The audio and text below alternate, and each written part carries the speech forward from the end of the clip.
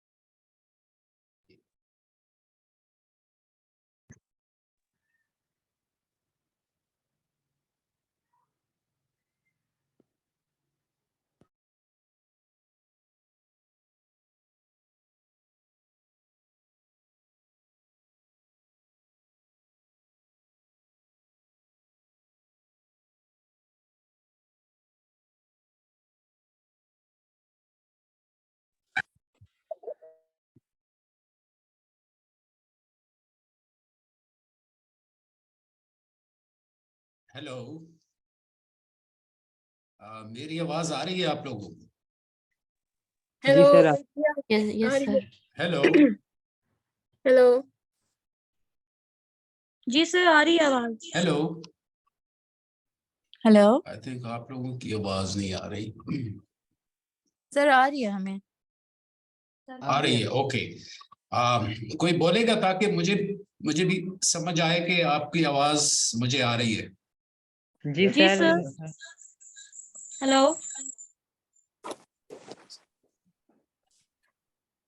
Sir, आवाज आ रही है? Hmm, Yes, sir, we can hear you.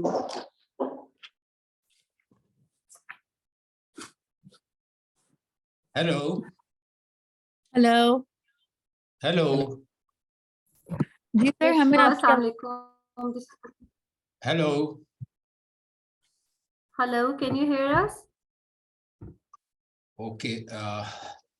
लेकिन मैं आप लोगों की आवाज नहीं सुन रहा। कोई बोल रहा है? कोई बोलेगा बीच में से? Hello.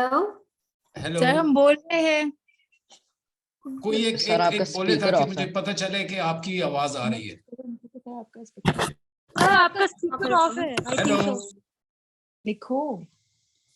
नो।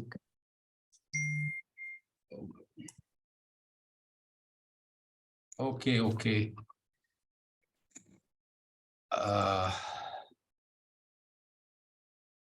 हाँ, अब बोले।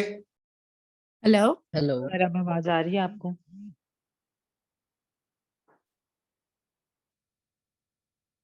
हेलो। हेलो। अब बोले कोई? Yes sir. जी sir. Assalamualaikum, sir. Can you hear us? Hello. Hmm. Hello, can you hear us? Hello, can you hear us, sir? Sir, can you here us?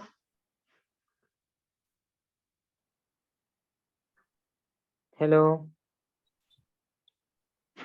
Hello. Hello. आज I think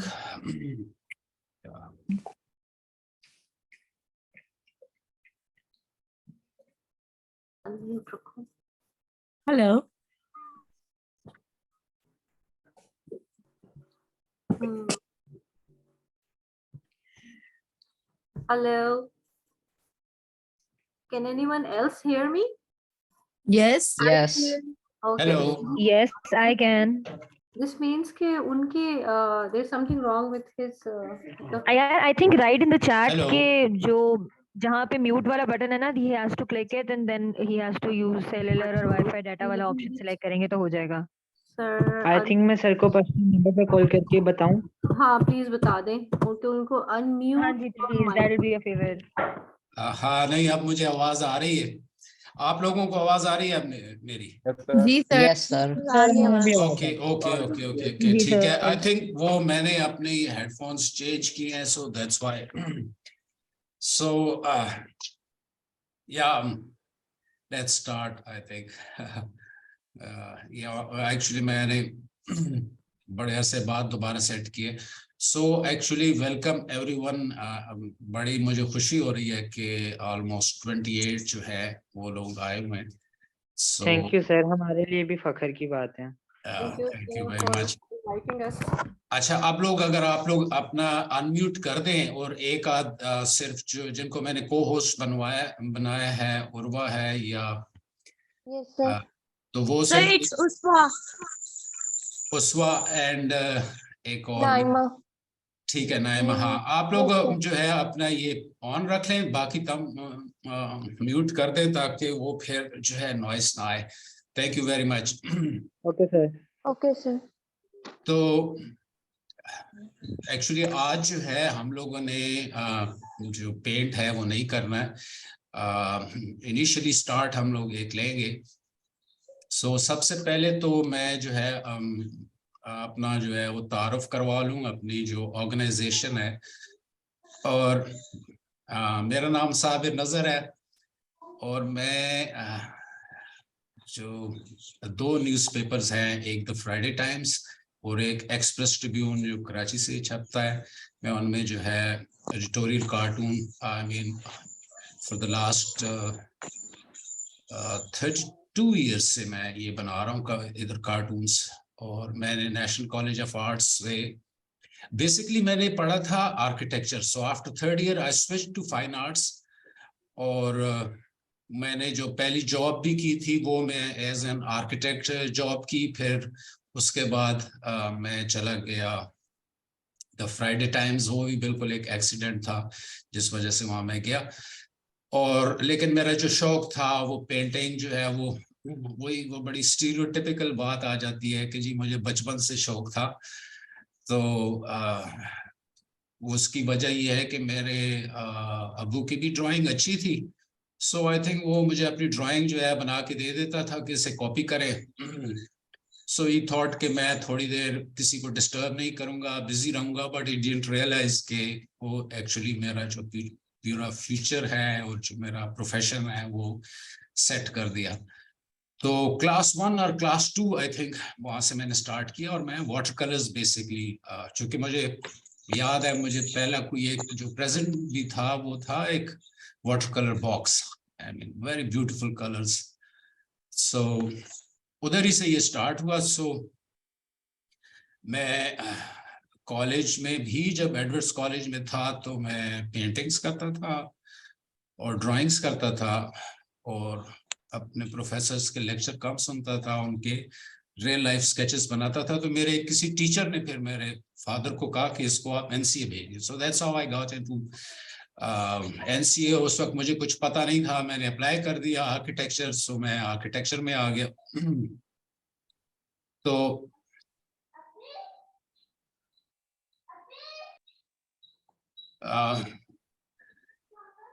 इसको आप लोग खुद record ना करें, मैं आप लोगों को रिकॉर्डिंग भेज दूंगा. सो ऐसा हुआ कि फिर मेरा जो आर्किटेक्चर छोड़ के भी जो पेंटिंग था उस वक्त मेरा यही इरादा था कि ये आर्किटेक्चर जो है बहुत टेक्निकल और वो काम है. सो मुझे जो है वो शौक है पेंटिंग का और एक्सप्रेस करने का. सो मैं फिर साथ पेंट करता रहा. मैंने मुख्तलिफ सोलो और ग्रुप शोज में जो है एग्जीबिशन की हैं. तो अभी ये रिसेंटली जो कोविड था उसमें बैठ के तो मैंने दोबारा आपके फुल टाइम जो है पेंटिंग और वाटर कलर किए, और मेरा ये ख्याल था कि शायद ये it's like a black death और कोई नहीं बचेगा, तो मैं अपने बहन भाइयों के और अपने दोस्तों के, फैमिली के पोर्ट्रेट्स बना लूं। So that's how I started again, full time as watercolor paintings की. So वो बहुत अच्छा उसका रिस्पॉन्स भी था, मैंने फिर उसकी कुछ एग्जीबिशन भी की। तो ये एक बेसिकली छोटा सा मेरा तारुफ है, और जो ये हम वर्कशॉप कर रहे हैं ये इसमें मैं आप लोगों के साथ एक 3 दिन जो है, फिर बेसिकली ज्यादातर मैं वाटर कलर ही करूंगा, क्योंकि मुझे पता है ज्यादातर लोगों को वो एक्सपेक्ट भी यही कर रहे होंगे। तो उसमें हम लोग फिर जज कर लेंगे, और मेरा ख्याल है कि 5 और 6 पीपल जो है वो उसमें से वो जो इंटरेस्टेड हो, जो लाहौर आ सकते हो, सो विल सेलेक्ट 5 और 6 पीपल, और हम लोग एक म्यूरल बनाएंगे जो हम मिलके ही उसका आइडिया भी डिस्कस करेंगे, लेकिन कुछ मैंने पहले से बना लिया है। तो उसको वो बेसिकली होगा फ्रीडम ऑफ एक्सप्रेशन पे, डेमोक्रेसी के, ह्यूमन राइट्स और माइनॉरिटी के जो ऐसे इश्यूज हैं उसके ऊपर हम बनाएंगे। तो जो भी अगर हो सकता है आ सकता है तो वो डेफिनेट मुझे बताए, ताकि ये ना हो कि हम उनके लिए होटल की बुकिंग, होटल तो नहीं है, हमारे ऑफिस में ही, it's a very nice place, 4 star जो है आपका वो है, और वेरी इसे क्या कहेंगे, सिक्योरिटी वाइज भी वेरी सेफ प्लेस। और जो ट्रैवल है और जो आप लोगों का फूड या जो भी होगा वो भी हमारी जो ऑर्गेनाइजेशन है वो इसको बेयर करेगी। सो माय ऑर्गेनाइजेशन, उसका नाम है इंटरैक्टिव रिसोर्स सेंटर। तो वो इंटरैक्टिव रिसोर्स सेंटर बेसिकली जो है आर्ट बेस्ड एक्टिविटीज करती है, जैसे वो डॉक्यूमेंट्रीज बनाती हैं, मोबाइल पे डॉक्यूमेंट्रीज, थिएटर करते हैं वो, और म्यूजिक सॉरी और इसके अलावा जो है जो विजुअल आर्ट्स का जो है एरिया है वो मैं जो है उसे हेड करता हूँ। सो हम लोगों का ख्याल है कि इंस्टेड ऑफ ये पम्फलेट्स और रिटन जो आर्टिकल्स होते हैं, उसके बजाय अगर हम इंटरेस्टिंग तरीके से और क्रिएटिव तरीके से अपनी बात जो है वो लोगों तक पहुंचाएंगे तो वो ज्यादा इफेक्टिव होगी। और आपको पता है कि आजकल ये किताबें और ये जो पम्फलेट्स हैं वो कोई नहीं पढ़ता। सो जिसने भी जब आगे कल या परसों होगा तो मुझे फिर वो बता दें कि असल मुझे थोड़ा सा वो है कि अगर कोई लड़कियां या खवातीन को हम सिलेक्ट करें तो वो क्या वो आएंगी या नहीं। सो ये एक थोड़ा सा इशू है। तो आज मैं दूसरी बात ये है कि जब भी हम ऐसा करते हैं, हमारी जो ऑर्गेनाइजेशन है वो बिल्कुल इक्वल राइट्स पे यकीन रखती है, और उनके 3 बड़े प्रिंसिपल्स हैं। वो प्रिंसिपल्स ये हैं कि हम कोई ऐसा काम नहीं करेंगे जो स्टेट के या गवर्नमेंट के अगेंस्ट जो है, ये हम कोई पॉलिटिकल एक्टिविटी नहीं है। तो उससे हम ये नहीं चाहते हैं कि हमारे जो पार्टिसिपेंट्स हैं उनको कोई खतरा है या उनको कोई थ्रेट हो। सो हम ऐसा कोई सिर्फ हम लोग ह्यूमन राइट्स का जो एजेंडा है कि तमाम के राइट्स जो है बराबर हैं, वो खवातीन हैं या माइनॉरिटीज हैं या डिसेबल्ड है, उन सबको जो है वो इक्वल स्पेस देने की कोशिश करते हैं। और इस वर्कशॉप में भी मैं ये सबको ये बता दूं कि हम लोग जो तमाम जितने भी पार्टिसिपेंट्स हैं उसको बिल्कुल इक्वली और ट्रीट करेंगे या रिस्पेक्ट करते हैं। और मेरी भी एक्सपेक्ट करूंगा कि सारे जो है वो एक दूसरे का हाँ चले ऐड कर दिया आपने। मैं इसलिए एक्चुअली बाज़ औक़ात मैं जब क्लास भी ले रहा हूँ मैं भूल जाता हूँ, और बहुत सारे लोग जो है वो वेटिंग एरिया में रह जाते हैं। सो दैट्स व्हाई मैंने इनको को होस्ट बना दिया। तो मैं ये चाहूंगा कि इस उसमें भी आप लोग एक दूसरे के साथ बड़ा नाइसली और वो करें, और कोई ऐसी वो नहीं होनी चाहिए जिससे हमें कोई हरासमेंट का या अनईजी जो है दूसरा फील करे. So these are you know core values of interactive resource centre. Oh glad light आ गई है. 1 मिनट में ये जो भी बोल रहा है ये अपना जरा माइक म्यूट कर दे.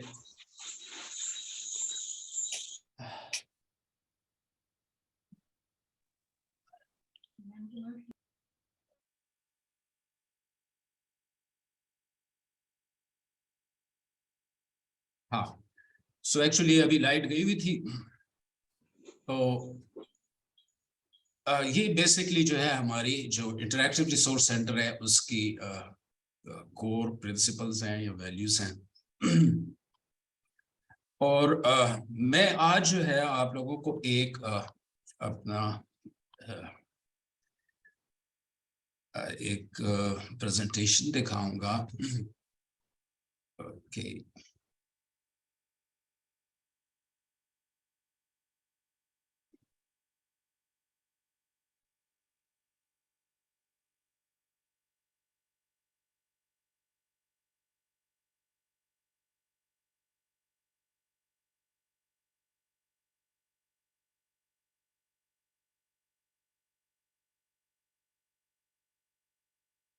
ओके. सो क्या आप लोग ये मेरी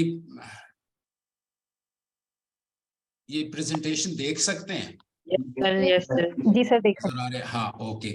सो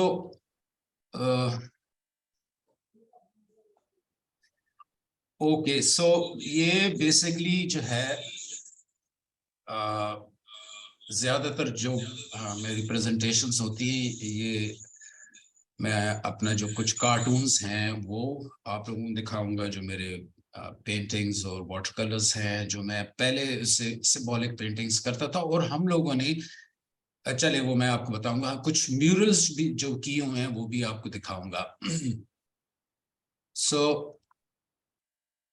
वो मैं जो है बेसिकली कहता हूँ कि मैं एक्सीडेंटल कार्टूनिस्ट हूँ, क्योंकि बेसिकली मैं जब मेरा एक रूममेट था, very good friend Liaquat Ali, तो वो क्वेटा के थे. वो एक्चुअली फ्राइडे टाइम्स में काम करता था, तो उसको एक और जगह पे जॉब मिल गई द न्यूज में. तो उसने मुझे कहा कि मेरी जगह पे थोड़ी देर काम करो, अगर मुझे नई जगह पसंद ना आई तो मैं वापस आ जाऊँ. सो that's how I started cartooning. तो इसलिए मैं जो है ना वो अपने आप को एक्सीडेंटल कार्टूनिस्ट कहता हूँ. वो फिर वापस नहीं आया. और मेरे एडिटर थे नजम सेठी. सो उन्होंने मुझे जो है मेरे जब वाटर कलर्स देखे और जब मैं ड्राइंग वगैरह देखी तो उसने कहा कि ये हम फ्रंट पेज पे लगाएंगे तुम्हारा कार्टून. सो तुम यहाँ पे टिक जाओ और तुम्हें मैं जो है सैलरी भी बढ़ा देता हूँ. ये है. सो दैट्स हाउ. मेरा भी वो चूंकि पार्ट टाइम था, ये एक वीकली न्यूज़पेपर था. सो मैंने कहा चलो ठीक है, मैं अपना जो है कह लें जो पेंट अप जो एंगर होता है वो भी निकालूंगा और इसके जो है कुछ पैसे भी मिलेंगे. सो that's how I got into cartooning. और ज्यादातर चूंकि लोग मुझे एज अ कार्टूनिस्ट जानते हैं, तो फिर मैं इसके बाद ये किया कि अपना कुछ काम वो भी दिखाऊं, ताकि अमूमन जो ज्यादातर को मैं जानता हूँ या मुझे नजर आता है वो यही है कि लोग ये समझते हैं कि जिनकी ड्राइंग बुरी होती है सिर्फ वही कार्टूनिस्ट होते हैं, क्योंकि वो टेढ़ा मेढ़ा ही बनाना होता है, जो मेरे ख्याल में इज वेरी रॉन्ग. जिसकी सबसे अच्छी ड्राइंग हो तो वही जो है ओके कार्टूनिंग कर सकता है. सो ये बेसिकली मेरी 2 पेंटिंग्स हैं. और मैं इनमें भी अगर आप देखें तो it's more socio political comment, और ये वाटर कलर्स ही हैं. सो मेरा बेसिक जो स्टाइल है आप कह लें वो यही है. और ये जो पहली वाली पेंटिंग है जिसका टाइटल है अहमद खान खरल है. ये जो वॉर ऑफ इंडिपेंडेंस थी उसमें एक यहाँ का लोकल लीडर था जिसने अंग्रेजों के खिलाफ लड़ाई लड़ी. और जो है उन्होंने एक अंग्रेजों की फौज को शिकस्त भी दी। सो अहमद खान खरल जो है is a kind of a hero of Punjab. तो फिर जब दूसरी लड़ाई हुई तो इसको उन्होंने मार दिया और उन्होंने इसका सर जो है वो वापस अपने किले के अंदर ले गए। तो फिर इसके जो फॉलोअर्स थे उन्होंने जाके तो रात को छुप के जाके इसका सर वापस वहां से लेके आए और फिर इसे दफनाया। सो मेरा ये ख्याल है कि जो इन्वेडर्स थे या ब्रिटिशर्स थे उनको जो लोकल्स हैं यहाँ के, उनकी बॉडी तो चाहिए, उनको उनका लेबर तो चाहिए, but they don't want the heads of those people जो बगावत भी कर रहे हैं और जो उनका हुक्म नहीं मानते। तो ये बहुत सारी जो हमारी लेजेंड्स हैं उसमें ये एक सिंबल है यूज हुआ है। तो मैंने इसमें ये बनाया कि एक और भी एक मिथ है कि एक बहुत बड़ा गिद्ध होता है जो चांद को निगल लेता है जिससे अंधेरा हो जाता।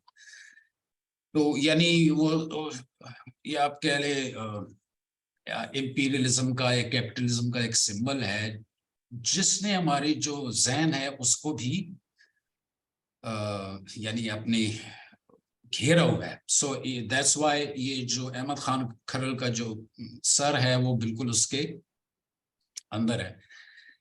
और लोग जो हैं वो अपने जो ऑफरिंग्स हैं वो लेके आ रहे हैं उसके मज़ार पे जहाँ पे उसकी बॉडी है। तो ये बेसिकली ये कंट्रास्ट जो है मैं इसमें शो कर रहा था। और फिर ये जो पपेटियर्स हैं और जो ये खातून है वो बेसिकली ये है कि यहाँ की फोक जो स्टोरीज है, क्योंकि ये स्टोरी जो है ये फोक टेल्स के थ्रू और थिएटर के थ्रू और पपेटरी के थ्रू हम तक पहुंची है। सो ये जो है ना उसकी वो कहानी जो है एक किस्म का बयान भी कर रही है। और ये है कि आप ये कह लें कि हम लोग या और जो हैं वो सारा एक पुतली तमाशा ही चल रहा है इस मुआशरे में। और इसके साथ जो दूसरी पेंटिंग है ये जो एक हमारे बहुत मशहूर बुजुर्ग हैं जैसे अब्दुल कादिर हसन गिलानी या 11वीं शरीफ भी कहते हैं। और वो उस कहानी ये मशहूर है कि एक बारात जो है वो डूब जाती है पानी में। तो फिर जो दूल्हा है उसकी माँ जब अब्दुल कादिर गिलानी के पास आती है तो उससे फरियाद करती है। तो 11 दिन गुजर चुके होते हैं। तो फिर वो उस जो डूबी कश्ती है उसको बाहर निकाल लेते हैं। तो इसमें जो मैंने सीन बनाया ये तो लाहौर माल रोड का है जिसके आगे वो कश्ती डूबी हुई है और वो जो बारात है और अब्दुल कादिर गिलानी जिस धागे से या रस्सी से निकाल रहा है वो आगे से जो है एक स्नेक बन जाता है। तो ये एक्चुअली मैं ये इसमें ये कहना चाहता हूँ कि जो हमारी सोसाइटी है या जो हमारा मुआशरा है वो भी इसी तरह जो है ना आप कह लें डूबी किश्ती की तरह है कि जो इंतजार कर रही है कि समवन इसको जो है वो बाहर निकालेगा जो ये इस मेस में है। So I mean that's how मैं जो लोकल इमेजेस सिंबल्स और जो फोक कहानी है उनको यूज करता था एज पॉलिटिकल सोशल कमेंट के लिए भी। तो एक्सक्यूज मी सर, सॉरी आपको डिस्टर्ब कर रहा हूँ। वाई स्नेक और ये बिल्डिंग तो पंजाब पीयू कैट की है, पंजाब यूनिवर्सिटी ओल्ड कैंपस की। ये मैंने कहा लाहौर माल रोड है। स्नेक एक्चुअली ये मैं आगे भी इसको ये खासा यूज किया है। बेसिकली स्नेक जो है वो मैं ये समझता हूँ कि ये हमारे पंजाबी एक पोइट्री का जो एक बड़ा मशहूर शायर है उसमें भी ये कॉन्सेप्ट है। क्योंकि वो कहते हैं कि जब लोग बिल्कुल यानी बेहोशी में या अनकंसर्न्ड होते हैं अपने सराउंडिंग्स के बारे में, तो जैसे ही कभी ये आवाज आती है ना कि सांप, तो सारे एकदम होशियार हो जाते हैं, सारे जो है ना अलर्ट हो जाते हैं। सो इट्स इन अ वे ये जो सांप है इट्स अगर इसकी पुराने सिंबल्स भी देखें तो it's a symbol of awareness, consciousness, जो लोगों को जगा देता है। वो जो अपनी स्लम्बर में है होते हैं और इर्द गिर्द से बिल्कुल ही बेगाना होते हैं या अनअवेयर होते हैं। तो जब सांप की बात आती है, हालांकि आई मीन वेरी फ्यू जो स्नेक्स हैं वो डेंजरस या पॉइजनस हैं, बट स्नेक जो है ना, उसका नाम आते ही जो है वो एक भूचाल आ जाता है, एक थरथली मच जाती है। सो लोग अपने उस हॉल से निकल के इर्द गिर्द के बारे में अवेयर हो जाते हैं। सो ये इसलिए उस धागे को या उस रस्सी को मैंने फिर आगे जो है स्नेक में कन्वर्ट किया, जो एक कॉम्पोजिशनल एलिमेंट भी है अगर आप देखें, because it connects upper portion with the lower portion. Okay, so ये कुछ मैंने जो है अब खासा पुराना, I think maybe 20 years पहले जो है ये लाहौर डिफेंस में कुछ स्कल्पचर्स हैं जो मैंने बनाए थे। सो ये भी मैं इसीलिए दिखाता हूँ ताकि लोगों को ये मैं दिखाऊं कि मैं कार्टूनिस्ट इस वजह से नहीं था कि मेरी ड्राइंग जो है वो बुरी थी या स्किल नहीं थी। सो ये स्कल्पचर्स जो हैं आपने खासी जगहों पे देखे होंगे, फिर इसकी कॉपीज खासी बनी हुई है। So I think yes sir, actually मैं इसी एरिया में रहता हूँ और मैं खुद भी अब फिलहाल पंजाब यूनिवर्सिटी स्कल्पचर में डिग्री कर रहा हूँ। और अगर मैं कहूँ ना तो इन्हीं एरिया पे ये जो डिफेंस मोड पे जो ये हॉर्सेस हैं, इन्हीं से मुझे हुआ था कि यार स्कल्पटिंग करनी है, कुछ भी हो स्कल्पटिंग। Very nice. सो ये मेरा जो कॉलेज में भी था और मैं बचपन में भी जो मैंने कहा, तो फिर पेंटिंग के साथ मैं स्कल्पचर्स भी करता था। बट इन स्कल्पचर्स के बाद मुझे जो है फिर मैंने उस तरह कोई ये प्रोजेक्ट नहीं किया। मेरे जो मामू हैं और मेरे वो दोस्त भी हैं, तकरीबन हमारी एज है, वो स्टिल इन पे काम करता है और उन्होंने खासा काम किया फिर। So okay, next. Voice broken. मेरी आवाज सही आ रही है? Hello. Yes, sir. Yes, Yes, sir. आवाज sir. clear है सर।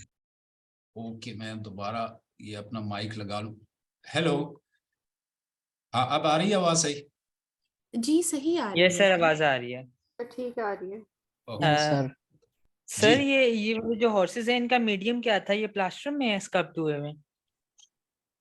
इसकी टेक्निक जो है ना, 2-3 हमने मेथड यूज किए थे इसमें। एक तो यह है कि जो स्टील स्ट्रक्चर है वो बिल्कुल एग्जैक्टली आप कहें कि हमने स्टील में जो है, स्टील में तो नहीं, लोहा जो, तो इसकी जो बेसिक एक तो जो एक बड़ा आर्मेचर था जो तकरीबन 1 इंच या 1.5 इंच का जो सरिया होता है वो, क्योंकि ये इस हॉर्स को अगर आप देखें जो सबसे हमें सामने है, तो ये मेरा ख्याल में एक पिछले 2 पाँव पे जो है ये रेस्ट कर रहा था। तो इसमें वो बेसिक एक स्ट्रक्चर है और उसके बाद ये जितना भी इसकी फॉर्म है वो जो बिल्कुल पतली स्टील का जो होता है उसके साथ हमने बनाया। और उसके बाद फिर इसको जो होती है कुछ कपड़े इसके प्लास्टर ऑफ पेरिस के साथ, फिर प्लास्टर ऑफ पेरिस ऐड करके फिर सबट्रैक्शन कुछ जो है इसकी शेप दी। और इसके बाद हमने इसका मोल्ड बनाया था फाइबर ग्लास में, और फिर फाइबर ग्लास का जो कास्ट है वो फिर इसके ऊपर जो है हम लोगों ने अटैच की थी। बाल जो है दोबारा आखिर में बने, अलहदा बने, जो दुम है वो भी अलहदा बनी। और फिर इसको जो है हम लोगों ने एक यानी एक यूनिफाइड जो है वो शक्ल दी। तो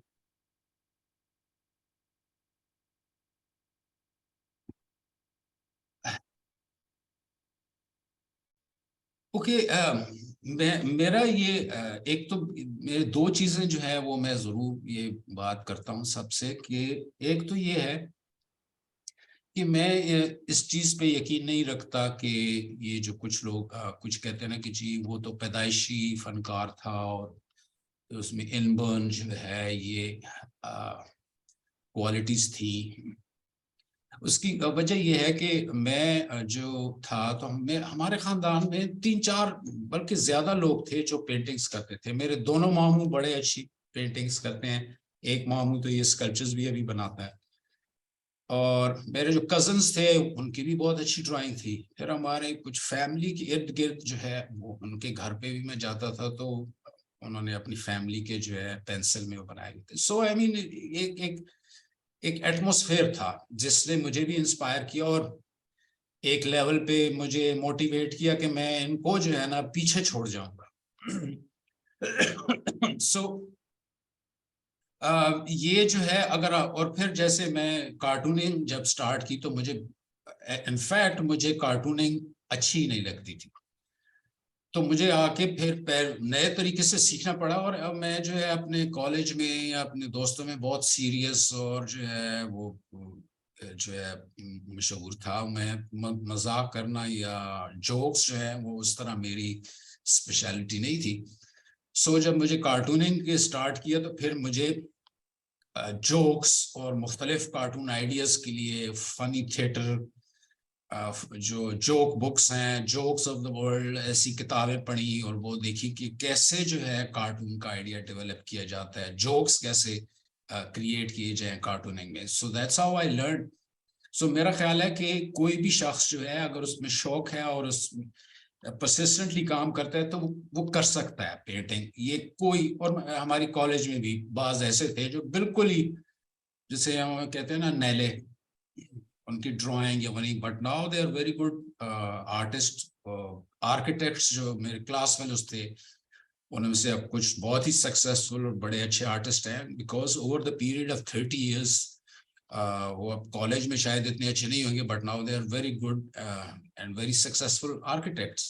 सो मैं इस चीज पे नहीं यकीन रखता कि इनबॉर्न कोई क्वालिटी होती है, अगर आप करना चाहें तो आप कर सकते हैं। और दूसरी बात यह है कि जो आर्टिस्ट हैं और पेंटर्स हैं उनको एक चीज पे, yes hello The same thing? Hello, अच्छा। सो दूसरी बात यह है कि जो बेसिकली जो आर्टिस्ट्स हैं और पेंटर्स हैं they are actually image creators. और इमेज का और लफ्जों का आई मीन मेरे अपने एडिटर के साथ भी बाजू का डिसएग्रीमेंट होता था, क्योंकि एडिटर्स जो है वो जब सोचते हैं तो लफ्जों में सोचते हैं। और जो है वो जो यू नो जैसे कुछ मुहावरे हैं कि जी balancing on a tight rope, तो मेरा एडिटर जब भी कहने कि यार कोई एक बढ़ा दे, एक रस्से दे उत्ते जड़ा जा रहा, क्योंकि वो या फिर ये हो ना कि जी वो अपने सॉक्स को जो है पुल करके खड़ा होना। तो ये एक मुहावरे हैं जो वो बताते हैं, बट दे डोंट एक्चुअली वो इमेजेस में नहीं सोचते हैं। तो हमारा जो क्राफ्ट है वो बेसिकली है टू थिंक इन इमेजेस। सो ये एक मेरी बड़ी फेवरेट वो है पेंटिंग है जो मैं सबको दिखाता हूँ। और ये अगर आप देखें तो ये जो इसमें फ्रेंच में जो लिखा हुआ है उसके नीचे ट्रांसलेशन भी है कि this is not a pipe. ये एक बेल्जियन आर्टिस्ट था, सररियलिस्ट आर्टिस्ट रेने मैग्रिट। सॉरी, तो मेरा गला थोड़ा सा सो इसमें किसी को कोई मुझे बताएगा उसको क्या समझ आ रही है इस पेंटिंग से, इसका मैसेज क्या है? Hello sir, I guess different perspective होते हैं, हर किसी के देखने के नजरियात हैं। अब जैसे कि आपने बताया वो सिरिल आर्टिस्ट था, तो मे बी उसको कोई फिगर या ह्यूमन लेग नजर आ रही हो इस पाइप में। Okay, so anyone else? Sir I think इसका जो टाइटल है this is not a pipe, वो बेसिकली यही बताना चाह रहा है कि मतलब थिंग्स दैट यू सी और the way that you see are not always the actual thing. तो उसमें वो बेसिकली उसने टाइटल इस तरह दिया है कि you may think this is a pipe but this is not a pipe. तो मतलब everybody will always have a different perspective of things that you see. Okay, so anyone else? कोई और इस पे किसी को सर क्या ये हो सकता है कि ये Am I audible? पाइप नहीं है बल्कि ये पाइप की पिक्चर है, ये भी इसका एक कॉन्सेप्ट हो सकता है। Am I audible? जी, yes. Yeah, sir, this painting actually I got it जब मैंने एक बुक पढ़ी थी the way of seeing John burger की, जिसमें उन्होंने हमें देखने का एक नजरिया बताया था. So this is simply a painting because art itself is an illusion. It's a 3D dimension of shape that we try to create in 2D surface. So this is not a pipe, it is actually a painting. It's actually a picture, a 2D picture. So this is. Exactly. तो Yes. probably मैं create करने के लिए शायद किया है. जी Probably सिर्फ intrigue create करने के लिए किया है, इंटरेस्ट क्रिएट करने के लिए. एग्जैक्टली आई मीन जो इन्होंने अभी बताया, आई मीन आई सॉरी मैं नाम नहीं देख सका कि कौन बोला था जिसने जॉन बर्गर का जिक्र किया. Exactly Sir, my name is Rabil. I'm Rabil. Rabe. Okay, very good. Yes, I almost have every book of John Berger. It's my favorite. So उसकी book का नाम है The Ways of Looking. Yes, sir, exactly. So actually that is correct कि वो जो artist है वो ये कह रहा है कि it's a 3D pipe, लेकिन ये जो है ये it's a flat two-dimensional surface पे it's an illusion of the pipe. यानी ये एक उसकी illusion है, उसका एक आपको धोखा है कि आपको लगता ये है कि पाइप, क्योंकि ये 2-dimensional पे है और इसको आप इसमें तंबाकू नहीं भर सकते और आप पी नहीं सकते हैं इसको, because it's not a pipe.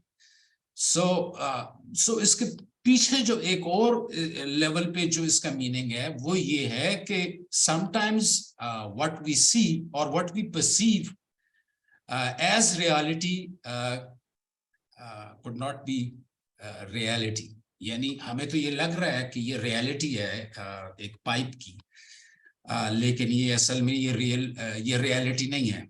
यानी जैसे परसेप्शन है कि हम लोग देखते हैं कि सूरज घूम रहा है और सूरज जो है वो ट्रेवल करता है, बट एक्चुअल जो रियलिटी है that is totally different. We are actually circling the sun. So our perception is के सूरज जो है ट्रेवल कर रहा है, जबकि रियलिटी जो है उससे ये फर्क है. सो आई मीन इसी तरह बहुत सारे ऐसे इश्यूज में होता है कि आपको आप लोगों को होगा. मेरे घर में मैं जब भी आता हूं तो एक दरख्त है और मुझे हमेशा जो है ये लगता है कि शायद कोई खड़ा है दरवाजे के बाहर है. सो यानी वो परसेप्शंस के ऊपर भी, और ये ना सिर्फ ये परसेप्शंस हैं बल्कि और भी जो आपके पॉलिटिकल सोशल जो अंडरस्टैंडिंग है कुछ चीजों के बारे में, वो भी आपकी जो परसेप्शन है वो रियलिटी पे बेस्ड नहीं हो सकती. सो ये एक इम्पोर्टेंट है कि आर्टिस्ट कैसे यानी आपको इक्विप करता है to look at the world in a different way, to look at the world in a very aware and conscious perspective. और जो पहले देखने के जो methods थे जैसे 3-dimensional painting से पहले और impressionist painting से पहले, तो वो अब जो है हमारा बिल्कुल उसके बारे में नजरिया बदल गया है. सो आर्टिस्ट, मैं ये मानता हूँ कि आर्टिस्ट जो अपने एज के होते हैं वो एक नया मेथड देते हैं चीजों को देखने का और अंडरस्टैंड करने का.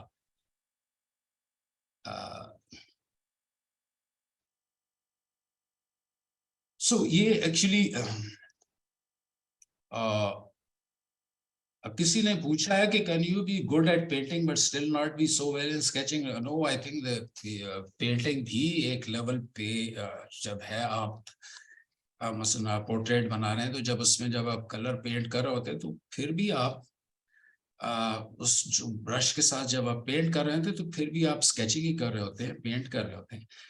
तो ये मुझे यकीन है कि खासे जो है इनमें तो खासे सीनियर कुछ लोगों ने तो क्वालिफाइड भी हैं, कुछ टेक्सटाइल में उन्होंने कंप्लीट किया हुआ है.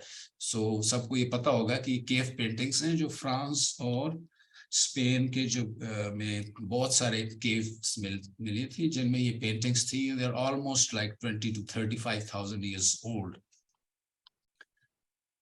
अब अगर हम ये देखें तो 35,000 years BC means कि उस वक्त जो है लोग, इंसान जो है वो images के through communicate कर रहे थे.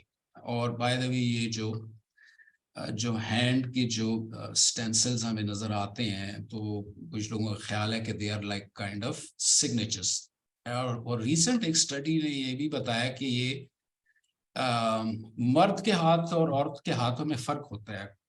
अब मुझे इस वक्त एग्जैक्टली याद नहीं, लेकिन बेसिकली वो ये जो आपकी दरमियानी 3 उंगलियां होती हैं, इनके कुछ फर्क होता है. और उन्होंने कंक्लूड ये किया कि ये खवातीन के हाथ हैं. So they were most probably women painters. तो मैं ये इसलिए दिखाता हूं कि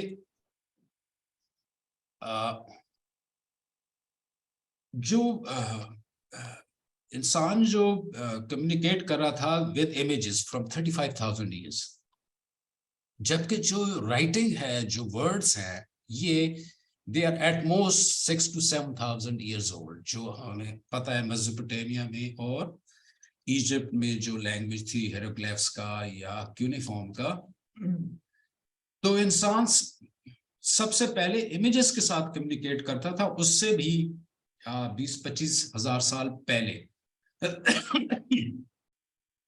उसकी जो है उसकी वजह यह है कि जो इमेजेस हैं, मेरा ये ख्याल है कि इमेजेस जो है, एक तो ये है कि वो मसलन किसकी जबान फ्रेंच है या पर्शियन है, तो पर्शियन फ्रेंच नहीं पढ़ सकता, फ्रेंच पर्शियन, और जो इलिटरेट है वो तो फिर कोई भी नहीं, कुछ भी नहीं पढ़ सकता. Thank you. तो लेकिन जो इमेजेस हैं वो एक इलिटरेट भी समझ सकता है और एक जिसकी लैंग्वेज फर्क है वो भी समझ सकता है. तो it's a kind of universal language जो इमेजेस हैं. और आप देखें कि पूरी दुनिया में जो ट्रैफिक के सिंबल्स हैं, दे आर ऑल सेम. जो उसके साथ टेक्स्ट है वो हर मुल्क में, हर मुआशरे में फर्क है, बट टेक्स्ट ये जो विजुअल्स हैं, they are all same. And that shows that it's a international universal language.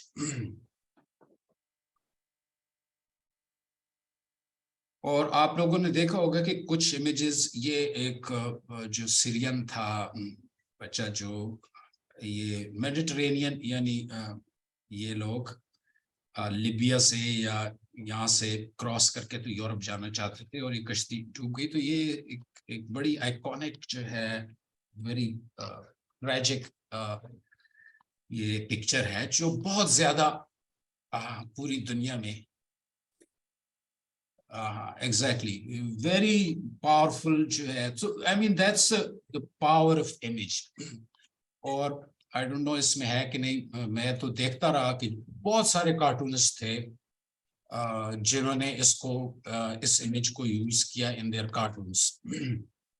I think शायद हो मेरे पास नहीं. So oops.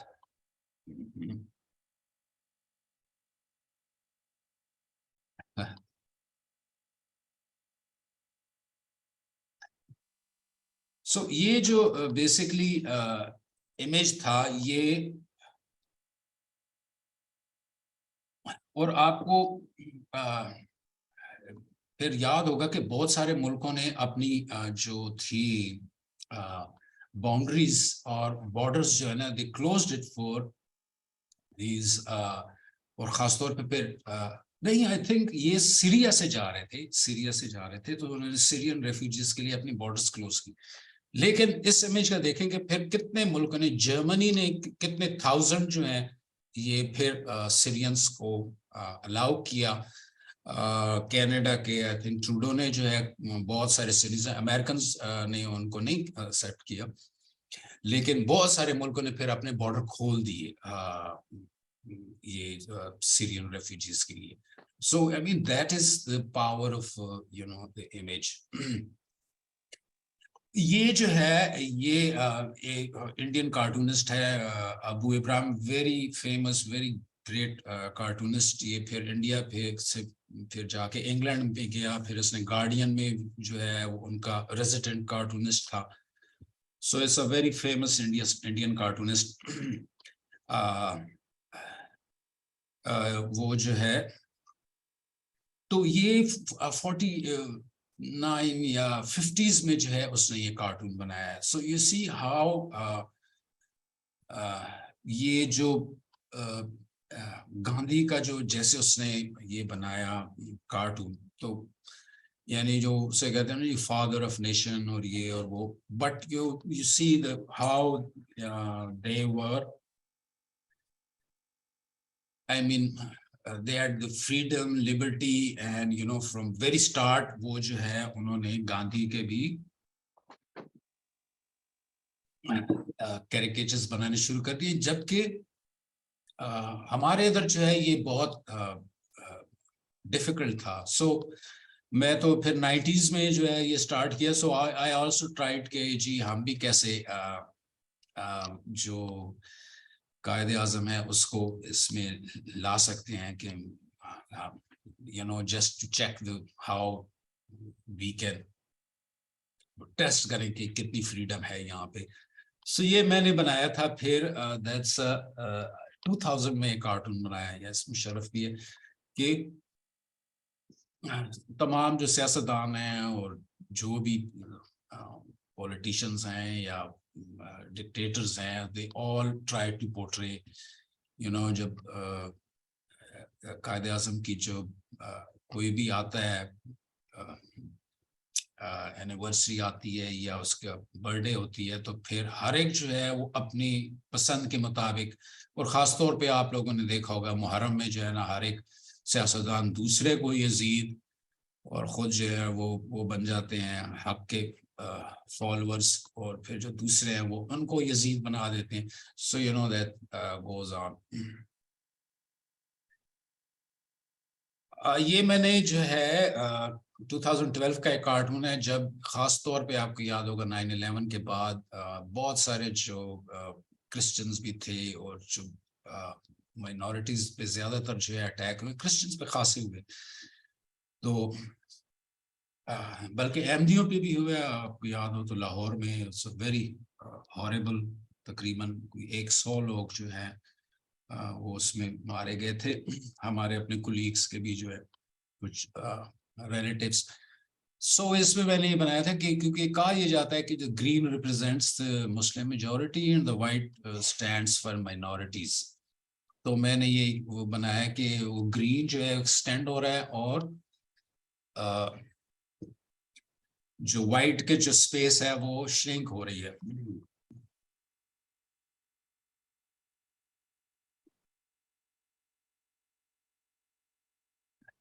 सो ये एक्चुअली ये मैं ये देखा, नोट किया कि जो अब ये फ्राइडे टाइम्स है जिसमें ये मेरा कार्टून है, ये मैंने ओबामा पे बनाया था जब वो इसराइल को जो है वो रोक रहा था। सॉरी। तो आप ये देखें कि ये जो फ्राइडे टाइम्स है ये इसका फ्रंट पेज है जिसपे मैंने मेरा ये कार्टून छपता है। And it's a very you know, ये जो इसके साथ एक ऐड है लंबा सा, ये खासा महंगा ऐड था, यानी तकरीबन उस वक्त तो शायद 50,000 का ये ऐड है। तो आप ये देखें तो अगर मेरे ऐड को भी देखें तो ये भी तकरीबन 1 लाख 1.5 लाख की स्पेस है जिसपे ये कवर है, ये कार्टून है। सो हमें बड़ी कीमती जगह पे मेरा ये कार्टून लगा हुआ। और इसके मुकाबले में आप उर्दू में देखें तो ये देखें, ये बिल्कुल एंड पे जो है ना, ये उन्होंने एक जगह पे शायद यहाँ पे उनके पास कोई खबर नहीं थी तो उन्होंने यहाँ पे उसको फिट कर दिया। सो ये लगता है। और आप उर्दू न्यूज़पेपर्स में देखें तो आपको कार्टून से नजर नहीं आएंगे। जावेद इकबाल साहब का आता है जंग में जो है वो कभी फ्रंट पे आ जाता है, कभी सेकंड पेज पे आ जाता है, कभी 5th पेज पे चला जाता है, और कभी ड्रॉप हो जाता है या बैक पेज पे चला जाता है। There is no specific space for him. जबकि इंग्लिश न्यूज़पेपर में ये ट्रेडिशन है, चूंकि ये अंग्रेजों के साथ कार्टून जो है उस सब कॉन्टिनेंट में पहली दफा आया, तो लिहाजा इंग्लिश न्यूज़पेपर में तो ये मौजूद है और इसकी एक स्पेस भी है, और शायद इसको पढ़ने वाले भी टू एन एक्सटेंट जो है वो थोड़े से आपके कि ज्यादा अवेयर या एजुकेटेड क्लास है, जिस वजह से उधर जो है आप कुछ जरा थोड़ी तेज बात भी कर सकते हैं तो एक्सेप्टेबल है, जबकि उर्दू में नहीं होता। और बहुत सारे जंग के अलावा तो मुझे नहीं लगता कि किसी और अखबार में कार्टून्स भी छपते हैं।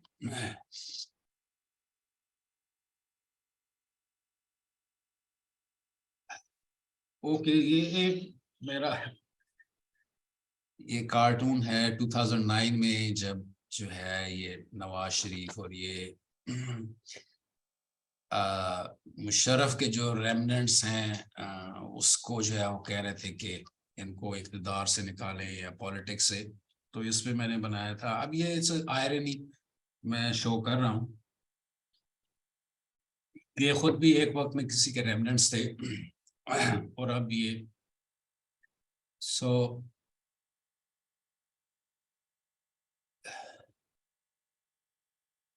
ये पहले एक वक्त था कि पाकिस्तानी जो लोग हैं वो जो इंटरनेशनल अफेयर्स होते थे, जो इंटरनेशनल इश्यूज होते थे, उनके ऊपर खासे यानी अवेयर होते थे, कंसर्न होते थे। तो मुझे एक शख्स जो है वो MNA है, वो बता रहे थे कि एक वक्त था कि जब यहाँ पे लोगों ने साउथ एशिया की जो अपार्थाइड जो रिजीम है उसके अगेंस्ट भी प्रोटेस्ट किया था, और फिर पैलेस्टाइन और ये यानी ना सिर्फ मुस्लिम्स बल्कि इवन जो कलर्ड जो वहाँ पे उनके साथ ज्यादतियां हो रही थी उनके हक में भी। लेकिन अब ये हुआ है कि अब हम ये देखते हैं कि हमें सिर्फ पाकिस्तान के अलावा इर्द गिर्द दुनिया के किसी जो इश्यूज हैं उनके साथ कोई कंसर्न नहीं है कि वहाँ पे अगर कोई अर्थक्वेक आ गया है या कोई और डिजास्टर है या ह्यूमन एक ट्रेजेडी है, उस पर बहुत कम, यानी it's a kind of a blackout of the outer world.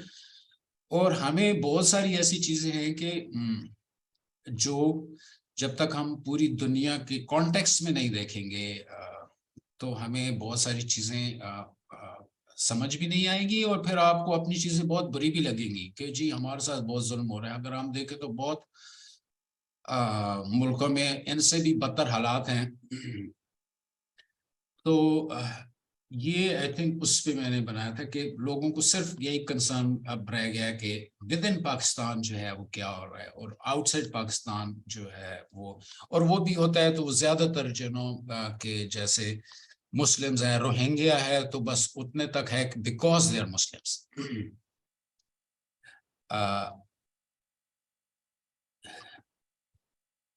ये जो है 2013 का कार्टून है जिसमें जो है वो आप लोगों ने अब ये तो पैटर्न देख लिया होगा, there always the politicians who are जो जिनको ब्लेम किया जाना चाहिए।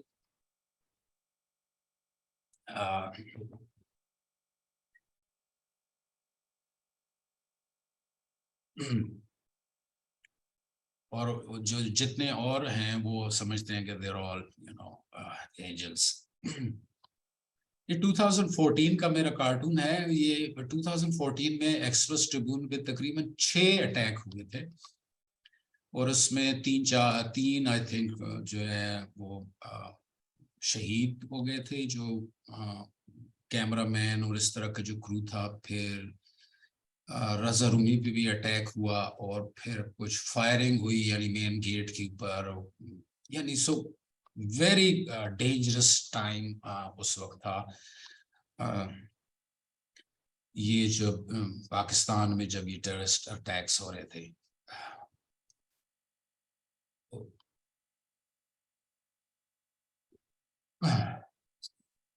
और मैंने पॉलिटिकल के अलावा मेरा जो है ज़्यादा एक एम्फेसिस ये भी होता है, और मैं बहुत सारी उनके लिए काम भी करता हूँ कि जो इश्यूज हैं, सोशल इश्यूज हैं, जैसे ख़वातीन के माइनॉरिटीज़ के बारे में है, चाइल्ड लेबर पे है, मतलब टाइमिंग्स का हो गया, जो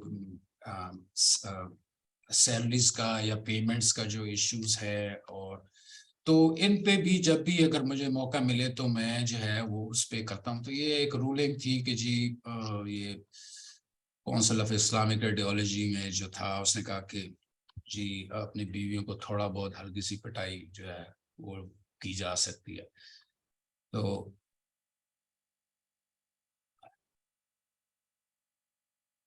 ये 2010 का कार्टून है, और जब ये सारे मिलके, तो उस वक्त पीपल्स पार्टी गवर्नमेंट थी and they were conspiring against that government.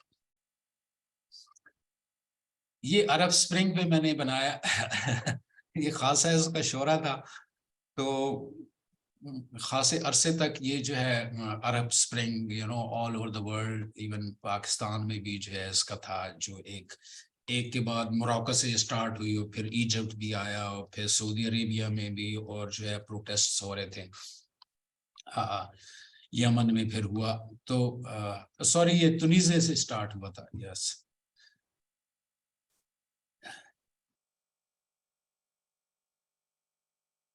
2015 में मैंने अपने ये कार्टून्स जो हैं वो अमेरिकन और कैनेडियन एडिटोरियल सोसाइटी है, एसोसिएशन इन सैन फ्रांसिस्को, सो मैं वहाँ पे भी अपना ये इसी तरह कार्टून्स दिखा रहा था।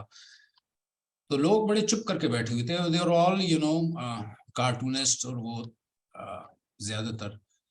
तो जब मैंने ये कार्टून दिखाया तो एकदम सारे लोग हंसने लगे, there was a big laughter and एक वॉइस। तो मुझे थोड़ा सा होगा चलो, वरना मुझे लग रहा था कि ये मेरा काम तो बिल्कुल, इट्स बिकॉज के जो ह्यूमर है और जो मजा है वो भी कल्चर और लैंग्वेज जो है स्पेसिफिक होता है। So they could very easily understand, the taking a leak जो है उससे, so WikiLeaks से they immediately got the gist of this cartoon. तो जबकि जो और मेरे जो कार्टून थे तो उस पे सारे चुप करके बैठे हुए थे, और मैं भी थोड़ा सा वो हो रहा था कि ये मतलब क्या हो रहा है, ये पसंद नहीं आ रहा है इनको, ये क्या हो रहा है।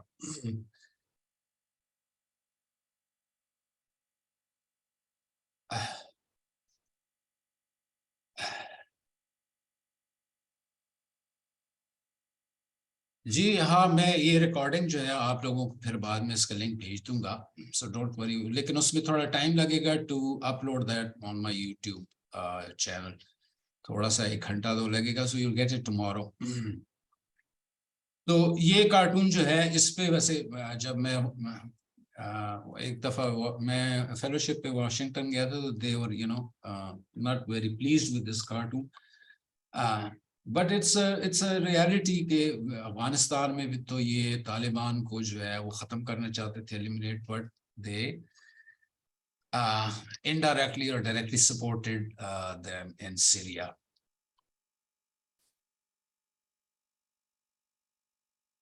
ये लेट फिर वो कार्टून है डोनाल्ड ट्रंप पे, और जैसे आपको पता है कि उसकी जो भी है वो बड़ी कास्टिक और जो है जो कलर्ड हैं उनके अगेंस्ट इमिग्रेंट्स के, सो वो नफरत और वो जो है वो फैलाता है। ये पाकिस्तानी जो एक वक्त था कि वो बहुत ही इनकी बैटिंग जो है बुरी थी, तो ये एक 50-50 का एक प्रोग्राम था, उसमें भी था वो एक बैट्समैन जो है वो सिगरेट दूसरे को पकड़ाता है कि यार पकड़ो मैं बैटिंग करके आता हूँ, यानी वो इतनी देर बैटिंग करेगा कि वो वापस आके सिगरेट भी पिए। ओके, दिस इज ये एक म्यूरल हम लोगों ने लाहौर में जो पाकिस्तान क्रिकेट बोर्ड का ऑफिस है उसके बाहर बनाया था। तो बेसिकली इसमें भी कुछ सिंबल्स आप अगर देखें तो इसमें जो है जो पंजाब पार्लियामेंट है, और फिर ये है हाई कोर्ट है, फिर ये जो है टाउन हाउस है, फिर यहाँ पे प्रेस क्लब था, प्रेस तो खैर ये मीडिया का आ गया। सो you know the 5 elements of democracy.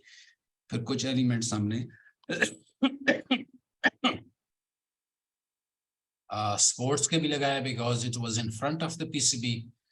और लेकिन ये है कि एजुकेशन जो ख़वातीन हैं जो ये रक्षा चला रही है, और ये उन दिनों बड़ा नया वो था,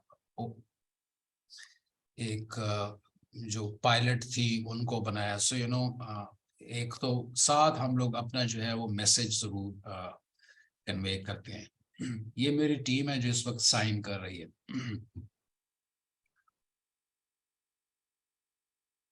फिर इसके बाद हम लोगों ने ट्राई किया था कि हम लोग स्टेंसिल के जरिए, फिर हमने 5 जगहों पे बनाया। ये है नेशनल कॉलेज ऑफ आर्ट्स, उसके बाहर दीवार पे हमने बनाया था। You know how democracy or your voting can translate into ये industrialization, women rights, peace, और जो है education, और को कैसे जो है ट्रांसलेट करता है। सो ये हम लोगों ने ट्राई किया था कि हम लोग स्टेंसिल्स के साथ करें ताकि बहुत सारी जगहों पे हम लोग ये पेंट कर सकें। ये मैंने अब बहावलपुर में जो है ये बहावलपुर लाइब्रेरी है। इसकी जो एक्चुअल खूबसूरत बिल्डिंग है ओल्ड, वो तो इसके साइड पे है, ये उसका एक नया है। सो इट्स ऑलमोस्ट जो ये आपको वैसे तो वो नजर आ रहा होगा, लेकिन ये 18 फीट हाई है। यानी हम लोगों ने स्कैफोल्डिंग करके तो इसको ये पेंट किया, और तकरीबन कोई 80 फीट ये वाइड है ये एरिया।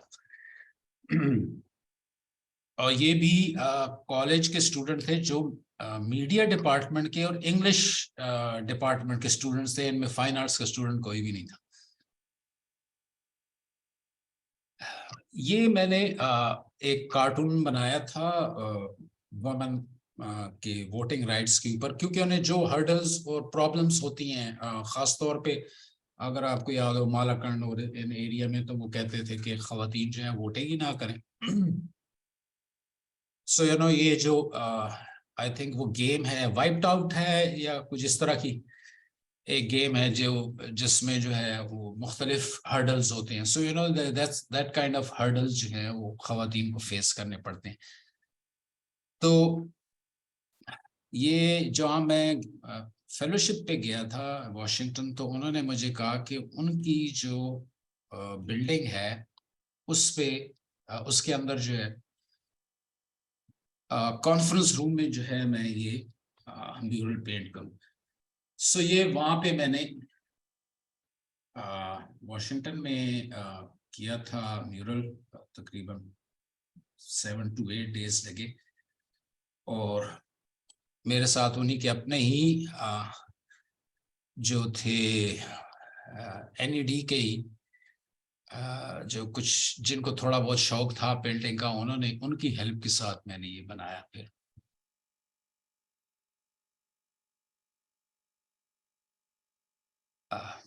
ओके, सो मैंने जो अभी आपको बता रहा था कि बहावलपुर में एक जो ये म्यूरल किया, तो उनके साथ मैंने एक वर्कशॉप भी की थी। तो उसमें एक स्टूडेंट था जिसने ये वो भी आई थिंक मीडिया डिपार्टमेंट का या इंग्लिश डिपार्टमेंट का था, और उसने जिंदगी में पहली जो है ना ये पेंटिंग बनाई थी। और आप देख सकते हैं कि जैसे कार्स के पर्सपेक्टिव्स हैं, उससे आपको अंदाजा लग जाएगा कि उसकी पेंटिंग या ड्राइंग के कोई जो है ट्रेडिशनल जो है वो ट्रेनिंग नहीं थी। But this concept is excellent. Even अगर आप कॉम्पोजिशन भी देखें, it's very very nice painting. तो एग्जैक्टली जो पर्सपेक्टिव है वो बिल्कुल ही फर्क है। यानी मस्जिद जो है वो फ्रंटल है, फिर उसने जो उसकी दीवार है उसको डायगोनल बना दिया है। सो एग्जैक्टली मिनिएचर में जो है यही पर्सपेक्टिव होता है, जो एक पर्सपेक्टिव नहीं होता। लेकिन उसका कॉन्सेप्ट ये था कि तमाम लोग मस्जिद के अंदर तो एक लाइन एक डिसिप्लिन में खड़े हैं, लेकिन बाहर जो उन्होंने गाड़ियां खड़ी की हुई है ना, वो किसी ने कार जो है वो सब्स जो है ग्रास के ऊपर खड़ी की हुई है, किसी ने जो है टेढ़ी खड़ी की है, किसी ने बिल्कुल रोड में खड़ी की। Excellent I think the idea, I mean that's the idea of even cartoons में भी यही होता है, you combine two different things.